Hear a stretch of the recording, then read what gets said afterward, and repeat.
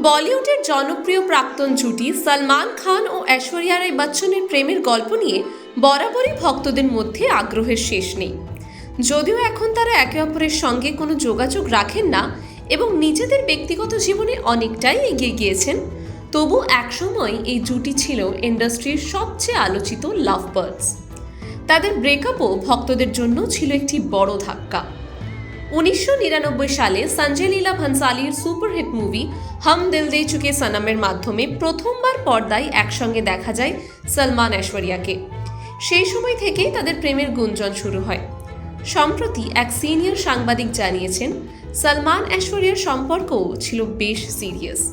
ভবিষ্যতে একসঙ্গে কল্পনা করছিলেন তারা। তবে সমস্যার শুরু সলমানের জীবনে অন্য নায়িকাদের উপস্থিতি নিয়ে।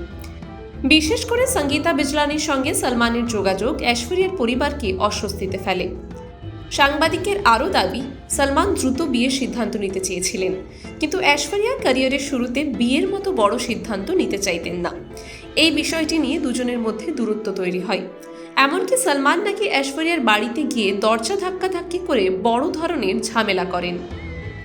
সলমানের এইরূপ আচরণ ঐশ্বরিয়ার কাছে অস্বাভাবিক মনে হয় এবং তিনি ধীরে ধীরে সম্পর্ক থেকে দূরে সরে যান। তবে আজ 2 দশক পরও সলমান ও ঐশ্বরিয়া এই বিষয়টি নিয়ে প্রকাশ্যে কোনো মন্তব্য করেননি। দুজনেই নীরবতা বজায় রেখেছেন। সম্প্রতি ঐশ্বরিয়ার ব্যক্তিগত জীবনেও কিছু টানাপোড়েনের খবর রটেছিল।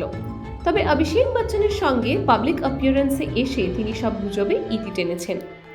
ওয়ার্ক ফ্রন্টে সলমান খান এখন ব্যস্ত তার পরবর্তী মুভি সিকান্দারের শুটিং নিয়ে, যা 2025 সালের ঈদে মুক্তি পাবে। অন্যদিকে ঐশ্বরিয়া রাই বচ্চন 2024 সালে মানিরত্নমের পেনিয়ান সেলভানের জন্য বেশ কয়েকটি পুরস্কার জিতেছেন। বলিউডের এই দুই সুপারস্টার তাদের নিজস্ব জীবনে এগিয়ে চলেছেন, কিন্তু তাদের পুরনো প্রেমের গল্প এখনও ভক্তদের মনে উত্তেজনা জাগায়। টাইমস নাও খবর।